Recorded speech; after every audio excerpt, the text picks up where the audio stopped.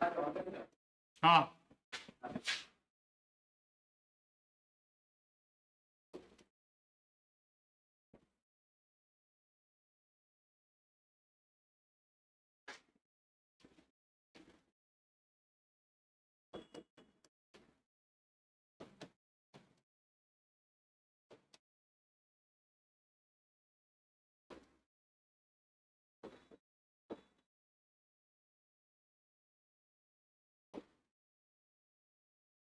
Hello friends, कैसे हैं आप? उम्मीद करता हूं कि आप सबकी पढ़ाई लिखाई अच्छी चल रही होगी और हम लोग भी अपनी तरफ से सवर्ण कोचिंग की तरफ से जितना सहयोग आपको कर सकते हैं पूरा प्रयास किया जा रहा है उसको करने का। तो रोज की तरह से मैं आज पुनः उपलब्ध हूं आपकी करंट अफेयर्स की चर्चा करने के लिए। इस वीडियो सेशन में करंट अफेयर की चर्चा की जाएगी और जो हमारे साथी ऐप पे ऑनलाइन हैं वो कमेंट करके बताएंगे कि वो ऑनलाइन है, और जो नहीं ऐप पे ऑनलाइन है वो इस वीडियो को अभी थोड़ी देर बाद, जैसे ही ये क्लास खत्म होगी, फिर यूट्यूब पे देख सकते हैं और उस पर अपनी जैसी भी जो भी प्रतिक्रिया हो उसको व्यक्त कर सकते हैं। ठीक है, तो आइए शुरू करते हैं। ये online video session current affair का हमारे सवर्ण महासंघ के तत्वाधान में चलाया जा रहा है, सवर्ण कोचिंग द्वारा आपको कराया जा रहा है। मैं हूं जीपी सिंह। हमारी टीम ने करंट अफेयर का संकलन किया है, जो इधर पिछले एक दो दिन में जो कुछ भी जानने लायक या थोड़ा भी महत्व के लायक घटनाक्रम हुआ है, देश विदेश, व्यक्ति, स्थान अथवा कोई ऐसा सरकारी गैर सरकारी कोई घटना हुई है तो उसकी चर्चा यहाँ पे संकलित की गई है और मैं उसको प्रस्तुत कर रहा हूं आपके सामने।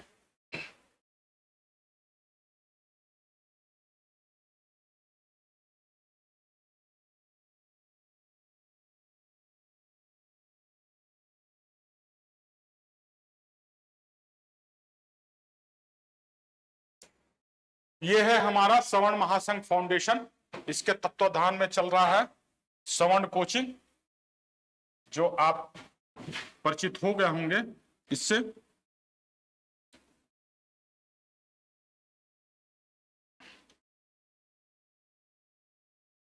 सवर्ण कोचिंग, इसी नाम से हमारा यूट्यूब चैनल है और इसी नाम से हमारा मोबाइल ऐप है। दोनों के जरिए आप हमसे डायरेक्ट जुड़ सकते हैं और कक्षाओं का लाभ ले सकते हैं, अपने साथियों को ही बता सकते हैं।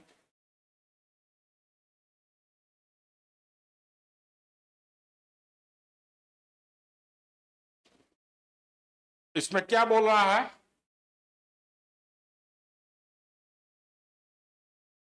पहली घटना जो संकलन में है वो ये है, TRAI और C.DOT ने दूरसंचार तंत्र स्थापित करने के लिए समझौता ज्ञापन पे हस्ताक्षर किए।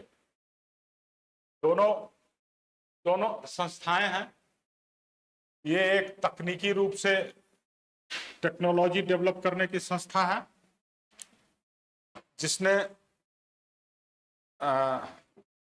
सन 1982 के बाद से दूरसंचार सेवाओं का विस्तार करने में काफी इनका योगदान रहा है।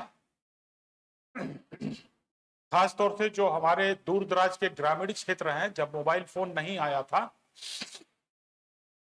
उस वक्त दूर दराज के ग्रामीण क्षेत्रों में छोटे से लेके मध्यम आकार के जो टेलीफोन एक्सचेंजेस स्थापित किए गए थे वो सी डॉट के द्वारा डेवलप किया गया था। इसके पहले जो भी एक्सचेंजेस होते थे उनकी ये दिक्कत रहती थी कि वो जरा भी सामान्य तापमान हो जाता था वो काम नहीं करते थे, या थोड़ा धूल धक्कड़ हो जाता था तो वो काम नहीं करते। तो उसमें कुछ ऐसी चिप वगैरह और सर्किटरी लगी थी जो कि बहुत ही ठंडे तापमान पे काम करती थी।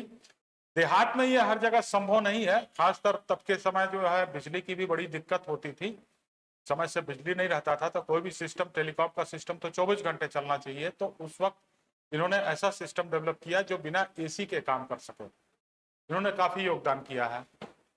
और फिर बाद में ये एक नियामक प्राधिकरण है, ये मोर और लेस थोड़ा न्यायिक कैरेक्टर को लिए हुए है, जुडिशियल कैरेक्टर को लिए हुए है। ये नियामन करता है, नियामक प्राधिकरण है जो कि नियमन करता है, रूल्स बनाता है, रूल्स का पालन करवाता है, और रूल्स का जो भी उल्लंघन करता है उनको फिर उचित रूप से मार्गदर्शन करता है, या उनके ऊपर कुछ कार्रवाई करने की आवश्यकता महसूस होती है तो उस रूल के अंतर्गत करता है। एक तरह से ये सभी जितने भी टेलीकॉम के जितने भी ऑपरेटर हैं या उससे संबंधित जितने भी संस्थाएं हैं उनकी देखभाल करता है कि ये नियमों के अंतर्गत रह के काम करें। जो रेट्स वगैरह भी होते हैं, जो कॉल रेट्स वगैरह आजकल काफी फायदा उठा रहे हैं हम लोग, तो उनका भी ये बहुत सख्ती से उनका देखभाल करता है कि कैसे कैसे क्या क्या चल रहा है, कहीं बहुत ज्यादा उपभोक्ता को नुकसान तो नहीं हो रहा है। इन चीजों का ध्यान करने के लिए TRAI है, दूरसंचार नियामक प्राधिकरण, telecom regulatory authority of India. ठीक है, तो इन लोगों ने समझौता किया है कि अब और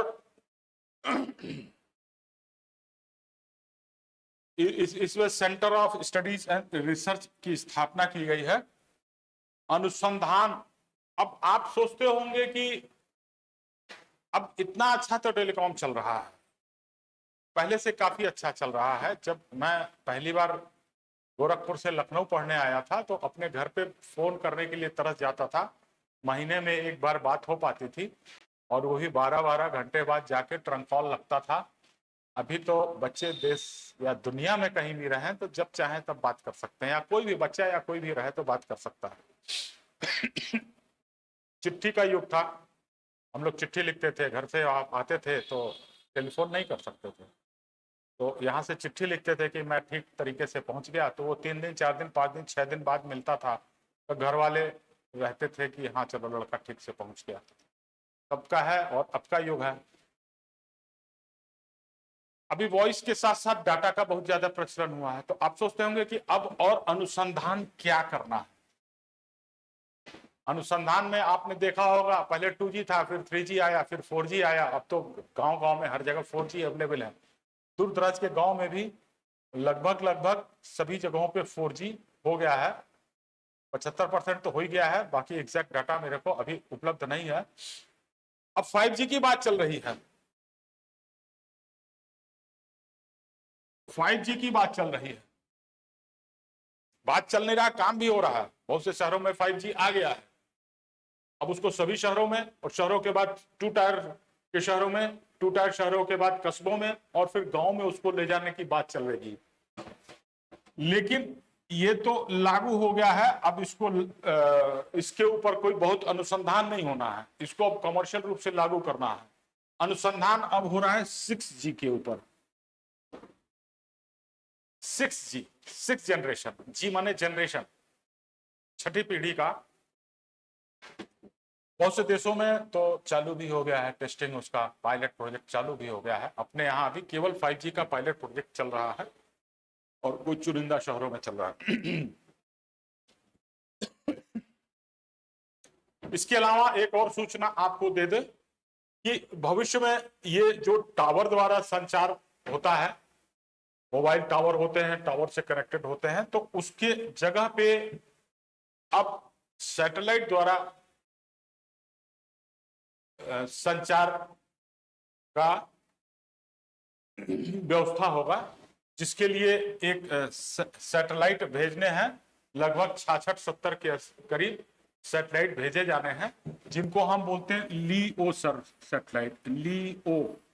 लीओ मतलब लो अर्थ ऑर्बिट सैटेलाइट। ये सारे टावर फिर खत्म हो जाने हैं, तो इन्हीं सब का अनुसंधान चल रहा है। और उस पर डेटा कैसे जाए, क्योंकि आजकल का युग डेटा का है। तमाम ऐसे ऐप हैं जिसमें डेटा का ही आदान प्रदान होता है। यहां तक कि हम जो व्हाट्सएप पे कभी बात करते हैं या वॉइस मैसेज भेजते हैं, तो वो टेक्निकली वॉइस में रिकॉर्ड नहीं होता है, वो डेटा के रूप में जाता है। तो डेटा तो हम कैसे भी भेज सकते हैं, लेकिन सवाल यह है कि वो सर्वसुलभ हो और उसका जो मूल्य हो वो सबके पहुंच के अंदर हो, तब जाके वो आपका कामयाब होता है और सब लोग उसका फायदा उठा सकते हैं। तो ये लीओ अब काफी कुछ इस पे रिसर्च हो चुका है, इसमें अनेक देश शामिल होंगे, तब जाके होगा, क्योंकि जो 66 सैटेलाइट है एक देश कर नहीं सकता है, और पूरे पृथ्वी को वो आच्छादित करेगा, विषुवत रेखा के ऊपर रहेगा। तो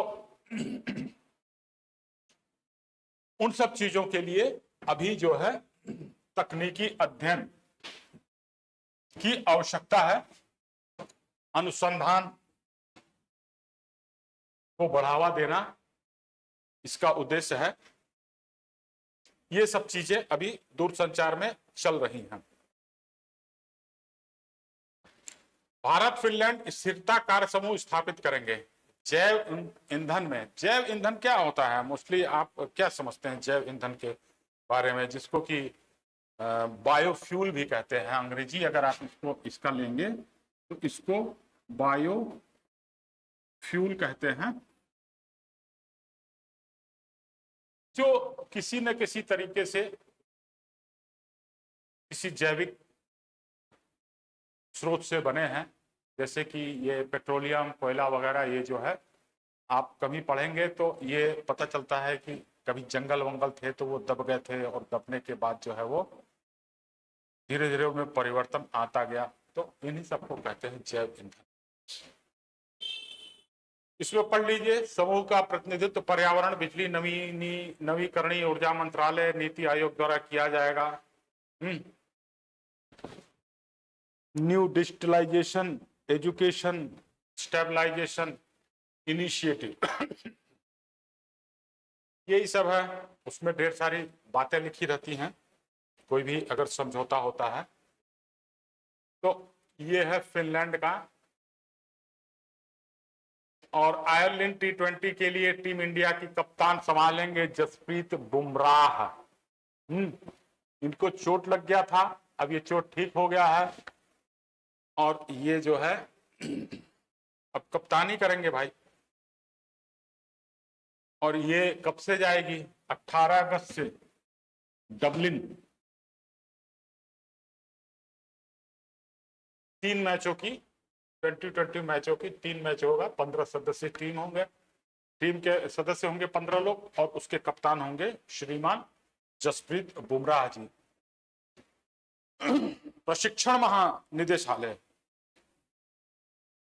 डायरेक्टरेट जनरल ऑफ ट्रेनिंग ने cloud computing, data annotation, artificial intelligence और मशीन लर्निंग में छात्रों को कुशल बनाने के लिए अमेजन वेब सर्विस इंडिया के साथ साझेदारी किया है।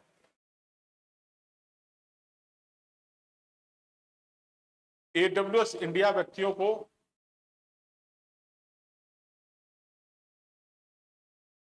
उभरती प्रौद्योगिकियों में बिना किसी लागत के स्वचालित ऑनलाइन शिक्षण कार्यक्रम प्रदान करेगा। मतलब कि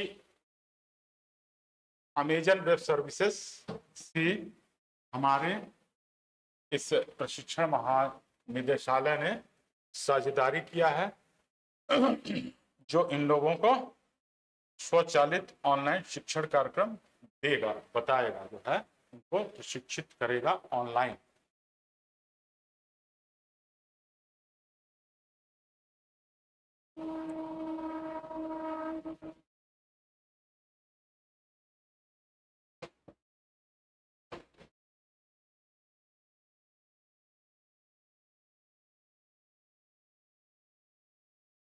सिनेमाटोग्राफ संशोधन विधेयक को संसद द्वारा पारित किया गया था।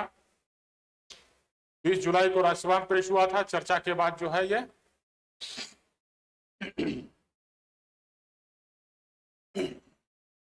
पारित हो गया। पहले लोकसभा में किया गया, फिर उसके बाद राज्यसभा में पारित हो गया। इसमें यह ध्यान देने वाली चीज है कि सिनेमैटोग्राफ अधिनियम सबसे पहली बार 1952 में आया था और इसमें समय समय पे संशोधन किया जाता रहा है। अब पहले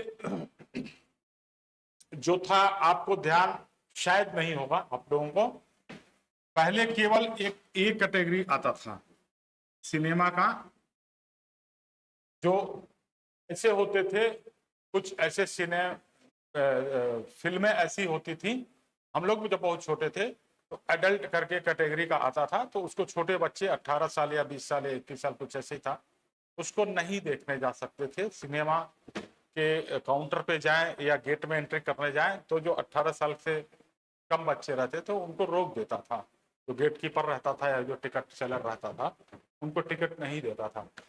बाद में एक कैटेगरी ऐड हुआ यूए, फिर बाद में फिल्मों का प्रचलन ऐसा हुआ कि फिर घर घर में टीवी आ गया, तो वहां रोकथाम का कोई मतलब नहीं था कि कोई इस तरह से अथॉरिटी रोकथाम करे। और पायरेसी एक जमाने में बहुत हुआ करता था, वीडियो कैसेट चलते थे तो वो नंबर 2 का धंधा था। सिनेमा लोग बनाते थे, पता चलता था कि उसकी नकली कॉपी बनके और बाजार में जब तक वो सिनेमा हॉल में दिखलाने जाए तब तक बाजार में नंबर 2 में आ जाता था और उसको बेचारे घाटा होता था, क्योंकि वो सिनेमा बनाता था, फिल्म बनाता था और सोचता था कि लोग देखेंगे, टिकट कटवा के देखेंगे, पैसा मिलेगा, पता चलता कि उसकी नकली कॉपी बन के वैसे ही देख रहा है।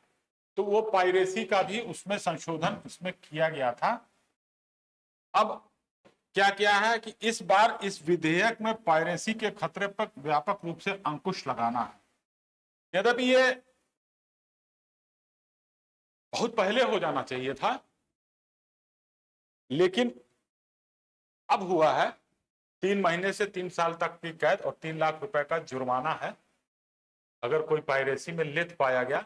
हालांकि अब पायरेसी अब उतनी चर्चा में रहने वाली चीज नहीं रह गई है, ढेर सारी चीजें चर्चा में आती है, लेकिन फिर भी पायरेसी तो हो ही रहे और उसको रोकना जरूरी है। जो हमारे फिल्म निर्माता हैं उनको नुकसान हो रहा है चोरी से, तो इस चीज का इसमें ध्यान रखा गया है। इसके अलावा इसमें और भी कुछ काम किया गया है जिसमें यहाँ पे थोड़ा छूट गया है। इसमें अनेक कैटेगरी बनाई गई है, 7+, 10+ और भी कुछ कैटेगरी बनाई गई हैं, 18+। तो इन चीजों को भी उसमें आप जान लीजिए, ऐड कर लीजिए कि 7 साल से नीचे के बच्चे नहीं देख सकते हैं, 10 साल के नीचे के बच्चे नहीं देख सकते, 18 साल के नीचे के बच्चे नहीं देख सकते हैं। अब ढेर सारी चीजें सिनेमा हॉल पे नहीं रह गई हैं। तमाम ऐसे मंच हैं जिनसे कि जो कि सिनेमा को उपलब्ध कराते हैं। एक कौन सा है, ओटीटी प्लेटफॉर्म तो होता ही है, और कई ऐसे हैं, नाम मेरे को भूल रहा, जो कि सिनेमा को सीधे सीधे आपके लैपटॉप पे, या बहुत लोग घरों में होम थिएटर लगा रखे हैं, जो कि अच्छा खासा बड़ा सा स्क्रीन होता है, इंटरनेट द्वारा कनेक्ट होता है, वहां पे वो सब्सक्रिप्शन लेके, जो इस तरह से प्लेटफॉर्म है उनका सब्सक्रिप्शन लेके और नई से नई फिल्में देख सकते हैं। तो वहां पे कोई रोकने वाला नहीं है। अगर हमने घर में लगा रखा है और किसी सर्विस देने वाले, किसी किसी सर्विस प्रोवाइडर सब्सक्रिप्शन हमने ले रखा है, तो उनको आगाह करने के लिए ये चीजें जब शुरुआत में दिखलाई जाती हैं, सर्टिफिकेट या उसमें कुछ नोटिस आती है, कोई भी सिनेमा शुरू करे तो वहां पे ये चीजें दिखलाई जाती हैं कि जो व्यूअर्स, उनकी अपनी जो डिस्क्रिप्शन है उस पे ये रहे, या जो पेरेंट्स हैं घर में जो बड़े हैं वो बच्चों के ऊपर अंकुश लगा सकते हैं ये चीजें भी उसमें ऐड की गई हैं। ये आप थोड़ा ध्यान में रखिएगा कि इसमें कई एक कैटेगरी बनाई गई है ना। आगे चलते हैं। गूगल डूडल ने स्विट्जरलैंड के राष्ट्रीय दिवस का जश्न मनाया। गूगल में जो गूगल सर्च इंजन आप खोलते हैं तो ऊपर एक वो आता है, लोगो जैसा आता है, तो उसको गूगल डूडल कहते हैं। उसमें समय समय पर वो बदलाव करते रहते हैं, डे टू डे बेसिस पे प्रतिदिन करते रहते हैं। तो आज उन्होंने क्या किया है कि स्विट्जरलैंड का जो राष्ट्रीय दिवस मनाया जा रहा है, तो उसका राष्ट्रीय ध्वज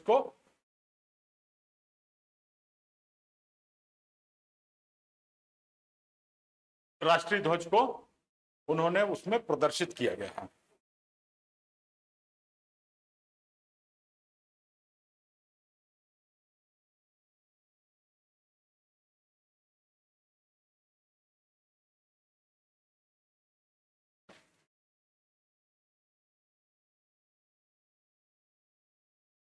ये उन्हीं से संबंधित है। 1291 में कुछ हुआ था। ओरिश अंडर वाल्टन की 3 छावनी गठबंधन की याद दिलाता है। और इस उत्सव में पारंपरिक किसानों के दोपहर के भोजन और उतली घास के मैदान पे एक सभा के साथ शुरू होता है। यही सब चीज है इसमें।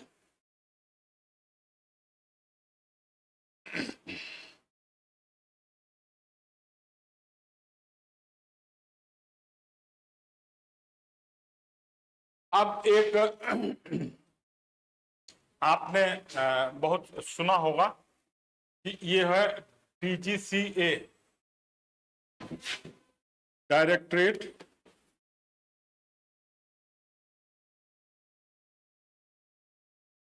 जनरल ऑफ सिविल एविएशन, है ना। नागर विमानन निदेशालय, नागर विमानन निदेशालय,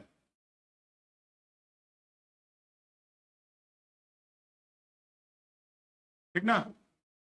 अब हवाई जहाज भी 2 प्रकार के होते हैं। एक जो सैनिक प्रयोग में लाए जाते हैं तो उनको तो एयरफोर्स कहते हैं, और एक जो सामान्य जन के लिए आने जाने के लिए होते हैं, कुछ कार्गो भी होते हैं, जैसे कि सामान वगैरह ढोने के लिए, वो कम ही होते हैं कार्गो। तो उनका नियमन, नियंत्रण और उनके ऊपर जो नजर रखने का काम नागर विमानन निदेशालय करता है। और अभी आपने सुना होगा कि दुनिया का सबसे बड़ा सौदा हुआ है AI, एयर इंडिया, जिसको अभी पिछले वर्ष टाटा ने खरीद लिया था। तो टाटा ने जो है लगभग 470 के करीब अलग अलग साइज के विमानों को खरीदने की घोषणा की थी। और उसी के कुछ दिनों बाद इंडिगो एयरलाइंस ने भी 500 विमानों को खरीदने की घोषणा की थी, जो कि एयरबस और कौन सा था, 2 अलग अलग देशों की कंपनियों से खरीदने की घोषणा की थी, जो कि ये सिविल एविएशन के एरोप्लेन्स बनाते हैं। तो उसको जो है 470, हाँ ये देखिए 470 और 500,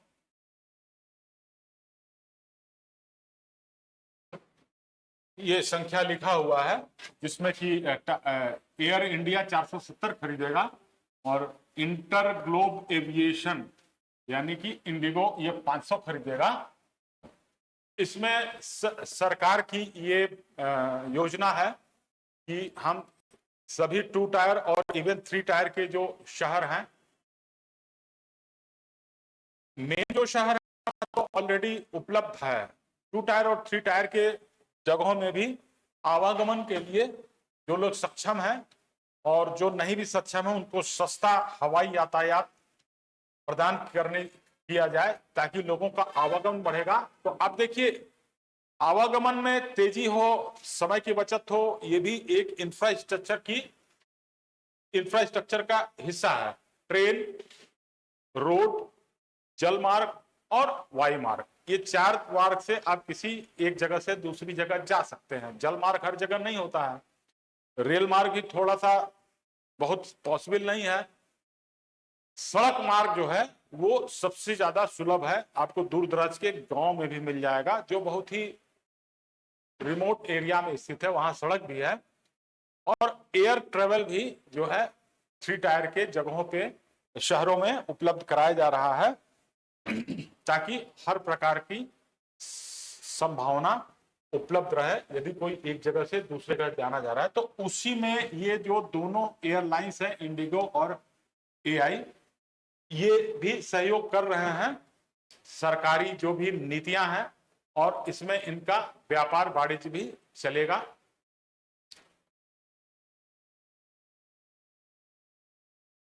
ठीक है, ये 2035 तक आएगा। अभी ऑर्डर देगा, पैसा देगा, वो बनाएगा, धीरे धीरे बेचता जाएगा। अब हमारे लोगों ने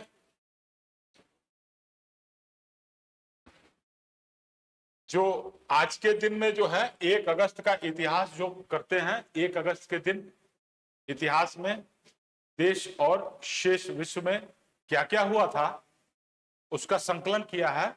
तो उसमें जो कुछ प्रमुख घटनाएं पाई गई हैं वो ये है कि आज के दिन 1 अगस्त को प्रथम विश्व युद्ध की शुरुआत हुई है। जर्मनी द्वारा रूस पर आक्रमण किया गया है।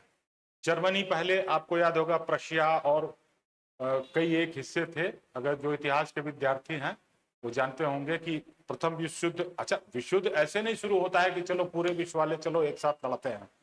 वो एक देश दूसरे पे आक्रमण करता है, 2 लोग इन्वॉल्व रहते हैं, 2 में फिर तीसरा कूद जाता है, तीसरे में फिर चौथा कूद जाता है, चौथे के साथ साथ 4 और कूद के 8 हो जाते हैं। ऐसे ऐसे वो फैलता जाता है। इंडिया का भी उसमें, हालांकि भारत जो है अंग्रेजी शासन में था, लेकिन उसका भी अपना योगदान था। वहां हमारे सैनिक भी जाते थे और अलग अलग जगहों पे अपना योगदान करते थे। विश्व के अनेक देशों में अभी भी उसके किस्से, कारनामे और कहानियां और स्मारक मिल जाते हैं जहां भारत के सैनिकों ने काम किया था, युद्ध लड़ा था, अपनी वीरता दिखलाई थी। तो ये जर्मनी द्वारा रूस पर आक्रमण किया गया, उसी से प्रथम विश्व युद्ध की शुरुआत हुई थी। जो कि आपको ध्यान होगा कि 1914 से चल के 1919 लगभग 5 सालों तक दुनिया के अलग अलग हिस्सों पे युद्ध छिटपुट तरीके से होता गया। अफ्रीका में भी हुआ था। इसी विश्व युद्ध में आपने नाम सुना होगा, एक रोमेल साहब थे,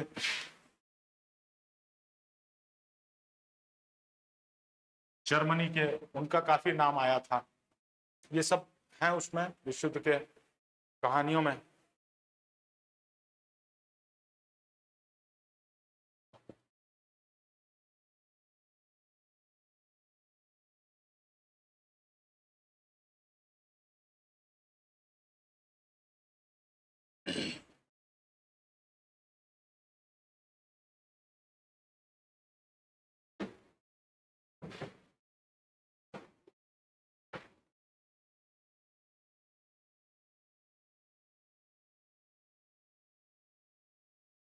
उन्नीस सौ 20 में महात्मा गांधी ने ब्रिटिश सरकार द्वारा सम्मान दिया गया था, इनको पुरस्कार लौटा दिया था। अभी भी कुछ लोग पुरस्कार लौटाते हैं। अभी तो कैसरे हिंद पुरस्कार नहीं रह गया, पद्मश्री, पद्म भूषण, पद्म विभूषण और भारत रत्न अभी कुछ दिनों पहले आपने देखा था कि ये पुरस्कार लौटाने का था। सरकार की नीतियों के विरुद्ध में कई लोग घोषणा वोषणा करते थे। अभी एक पहलवानों वाला आंदोलन भी हुआ था, तो उसमें भी ये सब बातें आई थी, पुरस्कार लौटा देंगे, मेडल बहा देंगे। तो ये सब चीज वो गांधी जी ने इन सब चीजों का सबसे पहले आविष्कार किया था। और पुरस्कार क्या था? कैसरे हिंद। कैसरे हिंद एक शब्द का रूट है कैसर। जैसे अभी भी जो पहलवान वगैरह होते हैं तो उनमें सुना होगा हिंद केसरी, हिंद केसरी। मैं जरा कैसर शब्द पर प्रकाश डाल रहा हूं।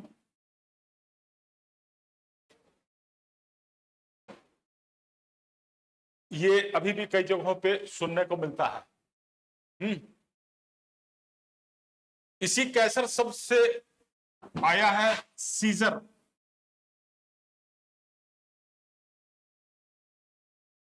इसी रूट का शब्द है सीजर। जैसे कि वो जूलियस सीजर थे, ऑगस्टस सीजर थे, जिनके नाम पे जुलाई और अगस्त महीना बना हुआ है।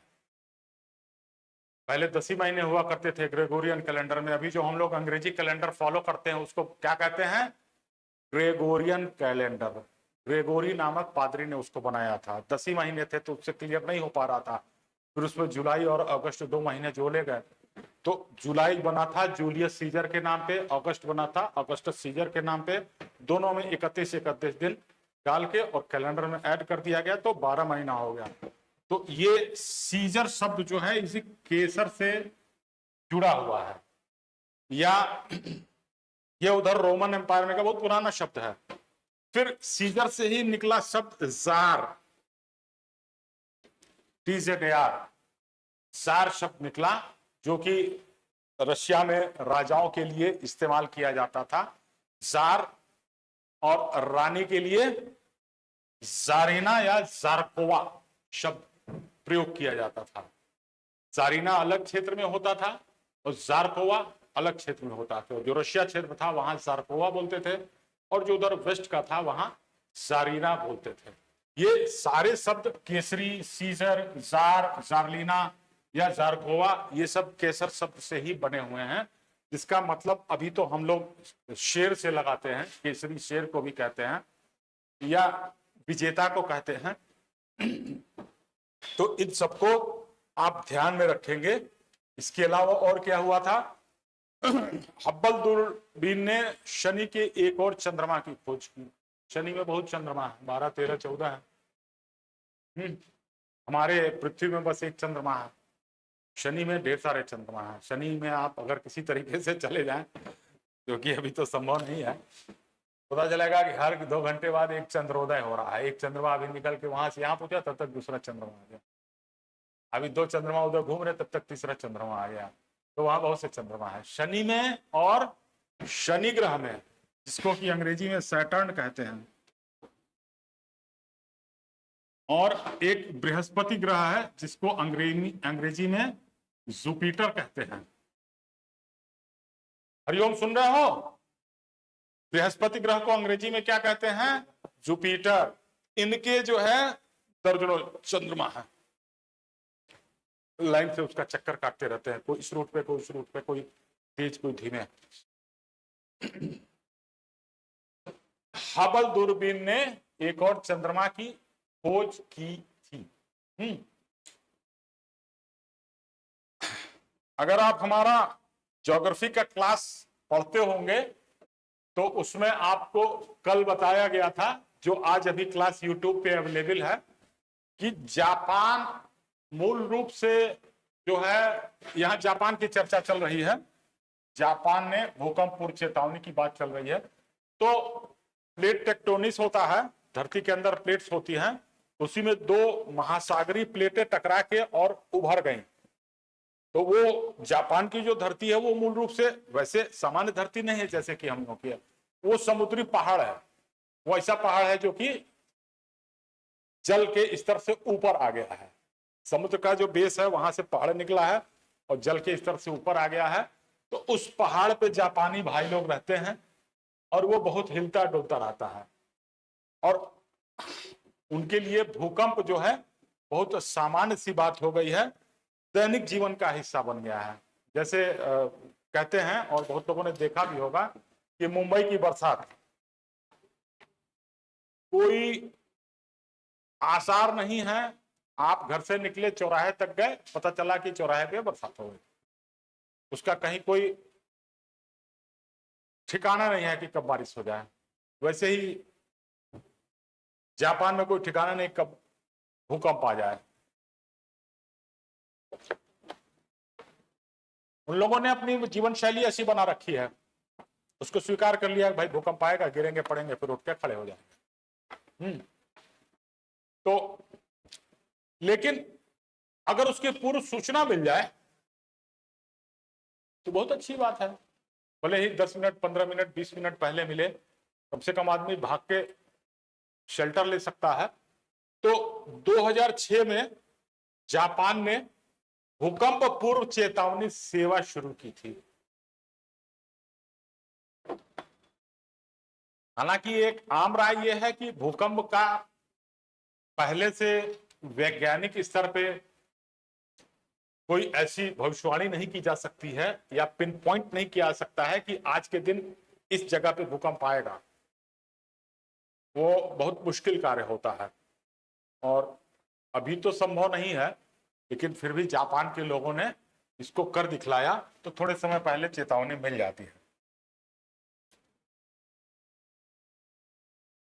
2008 में अंतर्राष्ट्रीय परमाणु ऊर्जा एजेंसी ने भारत की विशेष निगरानी समझौते को मंजूरी दी थी। अब क्या हुआ था समझौता, ये आप अगर चाहेंगे तो फिर इसकी चर्चा की जाएगी, लेकिन फिलहाल 1 अगस्त के इतिहास में यह है कि 1 अगस्त का इतिहास है, उसमें 2008 में अंतर्राष्ट्रीय परमाणु ऊर्जा एजेंसी ने भारत की विशेष निगरानी समझौते को मंजूरी दी थी।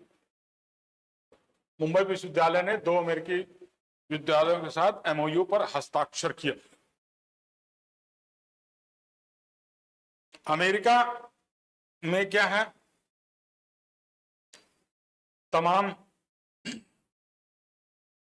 विश्वविद्यालय हैं, बड़े बड़े विश्वविद्यालय हैं।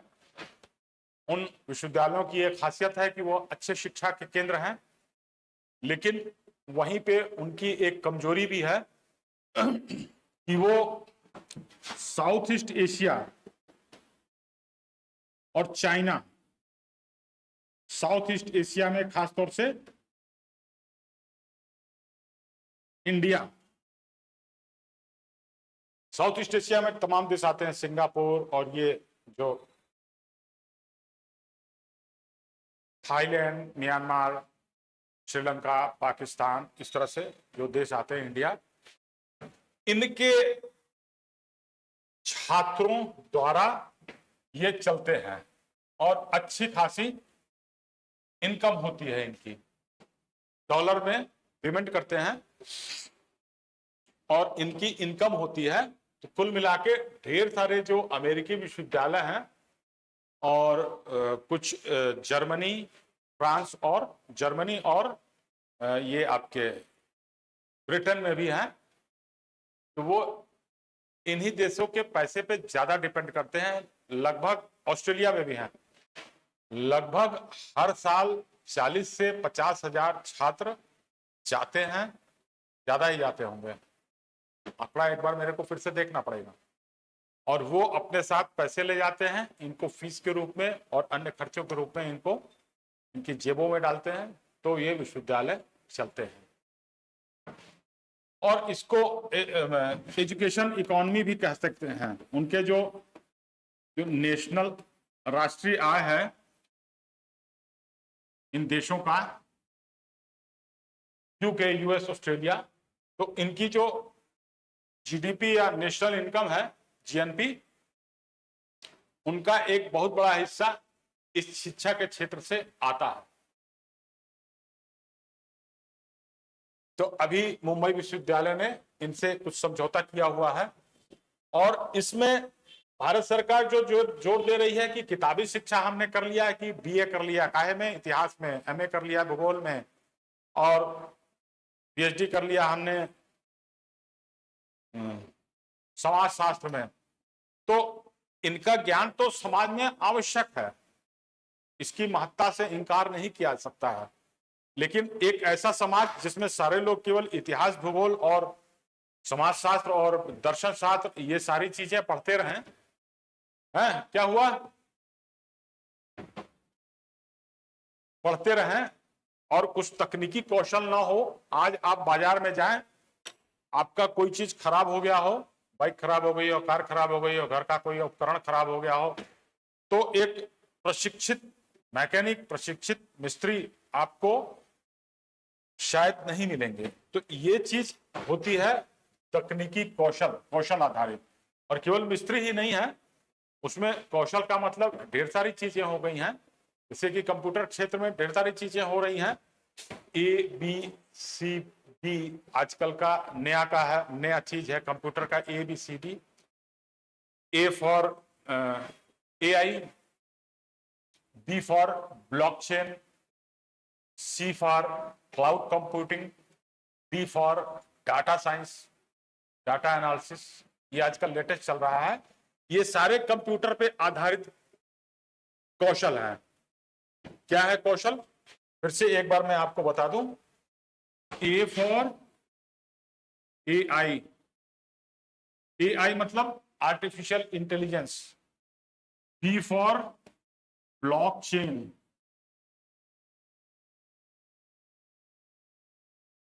C for cloud computing. सब लोग आप लोग जानते होंगे, बहुत सिंपल सी चीज है, हाई स्कूल का बच्चा भी पढ़ रहा है। D for data analysis.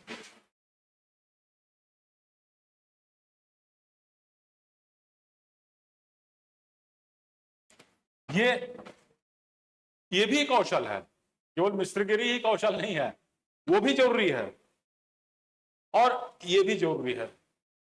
Blockchain technology का तो इतना ज्यादा एप्लीकेशन है कि इसकी अभी क्षमता ही नहीं पूरी हम समझ पाए हैं कि ये कितना उपयोगी है। जिसमें कि क्या होता है, आपने पढ़ा होगा, पीयर टू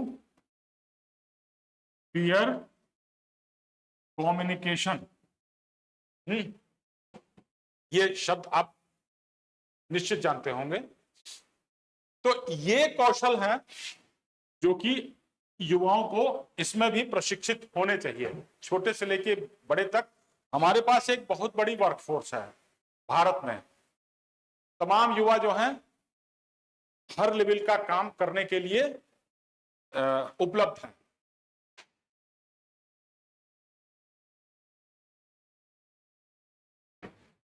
तो इन उन्नत और कौशल आधारित शिक्षा में अवसरों का मार्ग प्रशस्त करेंगे। जब किसी को शिक्षित करेंगे तभी तो जाके कार्य करेगा वो।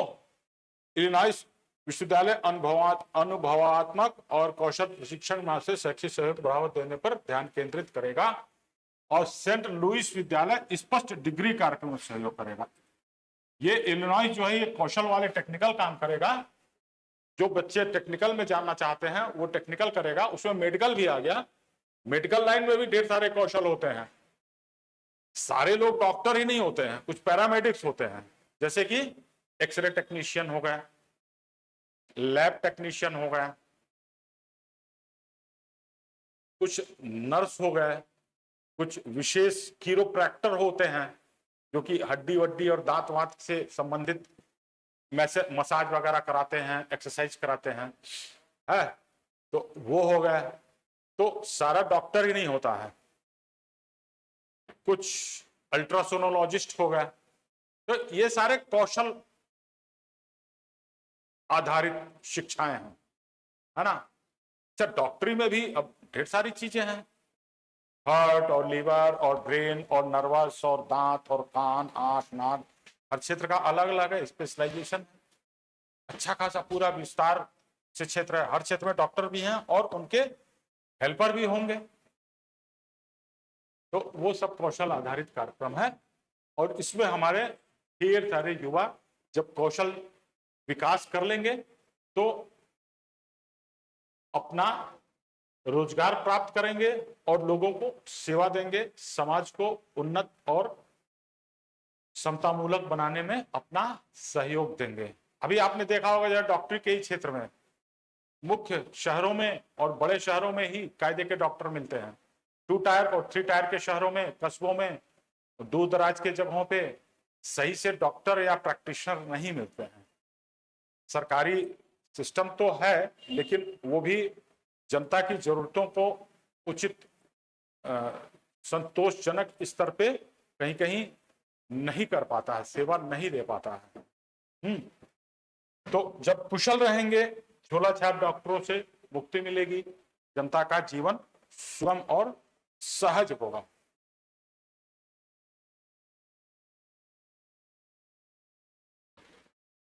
ये निधन हो गया, कांग्रेस के नेता थे और पूर्व विधानसभा के पूर्व अध्यक्ष थे, जो मिजोरम के राज्यपाल भी थे।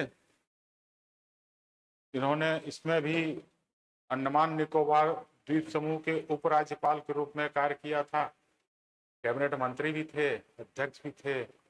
उम्र हो गई थी तो इसलिए उनका निधन हो गया। अब ये देखिए, ये भी एक बहुत महत्वपूर्ण खबर है। ये भी इंफ्रास्ट्रक्चर का एक हिस्सा है।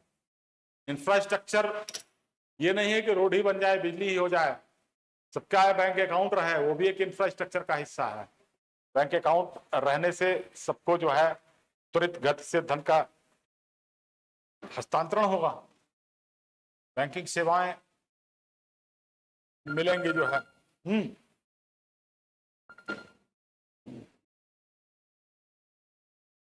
हाँ, क्लास ले रहे हैं, अभी रिंग करते हैं, क्लास ले रहे हैं, रिंग करते हैं अभी।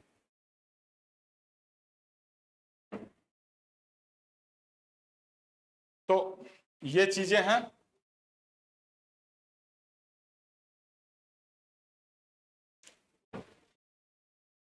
उनचास करोड़ से अधिक खाते खोले जा चुके हैं। अब 49 करोड़ खाते हो गए।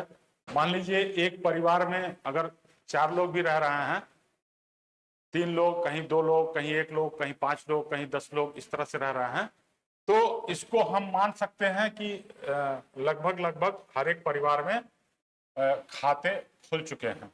ठीक ना? ये एक बहुत बड़ी उपलब्धि है प्रधानमंत्री जनधन योजना। और कहीं 100 रुपए, कहीं 1000 रुपए, कहीं 10,000 रुपए, ऐसे ऐसे करके छोटी छोटी बचतें, मध्यम स्तर की बचतें,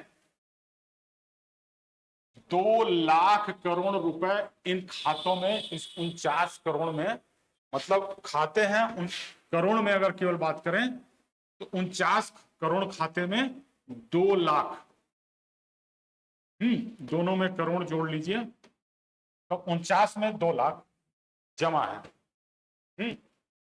तो ये औसत रूप से एक खाते में, इसी में 49 का भाग दे दीजिए तो औसत रूप से इतना जमा है। और अब क्या है, सरकार ने बताया कि 99% से अधिक, यानी कि लगभग 100, लगभग 100 हो ही चुका है। तो वो सबके पास, सभी गांव में बैंकिंग आउटलेट शामिल किए जा चुके हैं। बैंक में मतलब बैंक ना रहे, कई जगह ग्राहक सेवा केंद्र होते हैं अलग अलग बैंकों के, जो तमाम सरकारी बैंक हैं उनके ग्राहक सेवा केंद्र करके, उसमें क्या होता है, 1-2 बच्चों को रोजगार भी मिलता है। ग्राहक सेवा केंद्र खोल के बैठे रहते हैं, पैसे का लेन देन होता है, पासबुक का अपडेशन होता है, ये सारी चीजें बच्चे लोग करते हैं। तमाम महिलाओं ने अभी काम शुरू किया है, बैंक सखी, उनको भी रोजगार मिलता रहता है और गांव वालों को आराम से अपने घर पे बैठे बैंकिंग की सुविधा मिल जाती है। तो ये एक बहुत ही महत्वपूर्ण उपलब्धि हुई है इंफ्रास्ट्रक्चर से। अब यूपी सरकार सूखे खेतों तक सुव्यवस्थित तरीके से पहुंचाने के निर्देश दिए हैं। इसमें क्या करेगा, सिंचाई विभाग राज्य के सभी 71 जलाशयों को गाद निकालकर बाढ़ के पानी को, जब पानी बढ़े जलाशयों में भर दो, और जब बाढ़ खत्म हो जाए जलाशयों का पानी को इस्तेमाल करो। केवल 18 जिलों में औसत बारिश हुई है, 17 जिलों में सामान्य से अधिक बारिश हुई है। मतलब केवल जो 75 जिले हैं उत्तर प्रदेश के, तो उनमें केवल 17 और 18 कुल मिला के 35 जिलों में संतोषजनक बारिश हुई है, जिनमें औसत हुई है और औसत से ज्यादा हो रही है। तो बाकी के जो 40 जिले हैं उनमें कम बारिश हुई है, लेकिन नदियां हैं उफन रही हैं, तो नदियों को पानी को जो है स्टोर कर लीजिए, जलाशयों को खाली कर दीजिए, उनसे कनेक्ट कर दीजिए। इस्तेमाल कीजिए। प्रधानमंत्री मुद्रा योजना के अंतर्गत 6.23 करोड़ से अधिक ऋण स्वीकृत किए गए हैं। 10 लाख रुपए तक के संस्थागत वित्त तक पहुंचाया गया है। स्वयं नरेंद्र को लोकमान्य तिलक राष्ट्रीय पुरस्कार से सम्मानित किया जाएगा। अब ये एक ट्रस्ट है, तिलक स्मारक मंदिर ट्रस्ट, इन्होंने कहा है कि अब हम इनको सम्मानित करेंगे। राष्ट्र के लिए उल्लेखनीय योगदान किया है। अब भारतीय सेना में ब्रिगेडियर और उससे ऊपर रैंकों के लिए सामान्य वर्दी लागू की। सामान्य नहीं,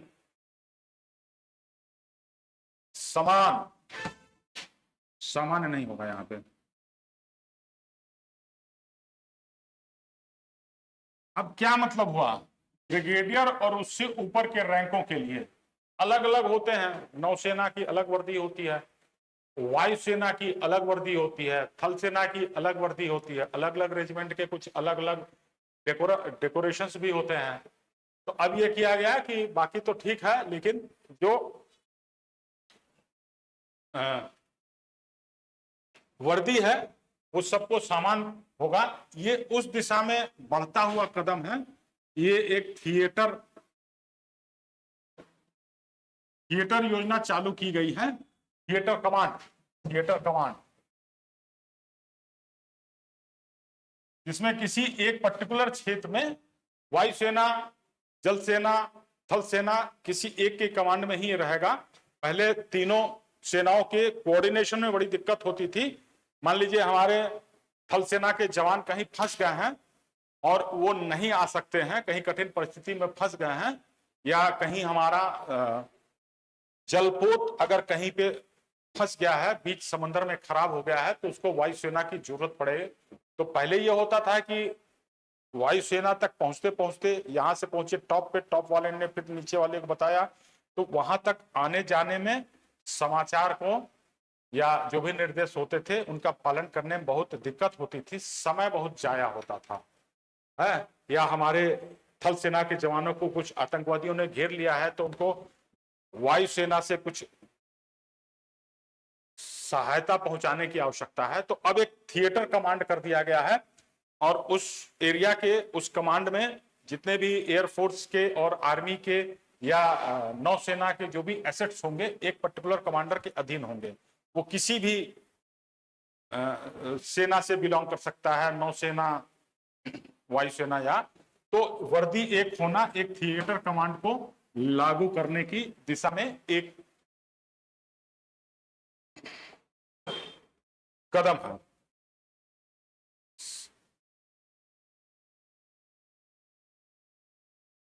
हाँ, ये निर्णय लिया गया।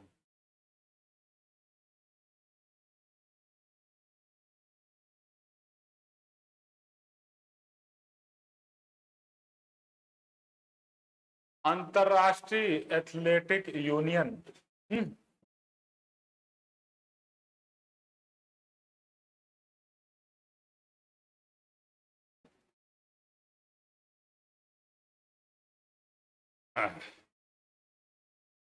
हैदराबाद में होगा। ठीक है,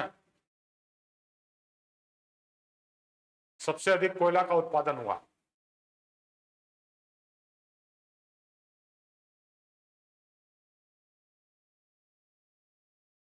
आंकड़े नोट कर लीजिए।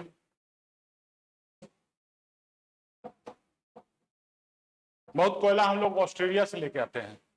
अपने यहाँ उत्पादन होगा तो विदेशी मुद्रा की बचत होगी, है ना। ठीक है, इसी के साथ ही आज का ये मटेरियल समाप्त हो गया। और मटेरियल समाप्त होने के साथ साथ ये क्लास भी अब जो है समाप्त होने की दिशा में आगे बढ़ रही है। और मैं आपको बता दूं कि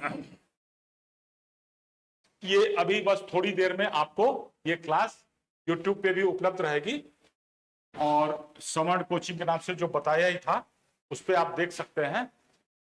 और हमारा उत्साहवर्धन, अपना और अपने साथियों का ज्ञानवर्धन करने के लिए इस वीडियो सेशन का उचित प्रचार प्रसार और उचित रिएक्शन करके हमें बताएं YouTube पे या हमारे ऐप पे।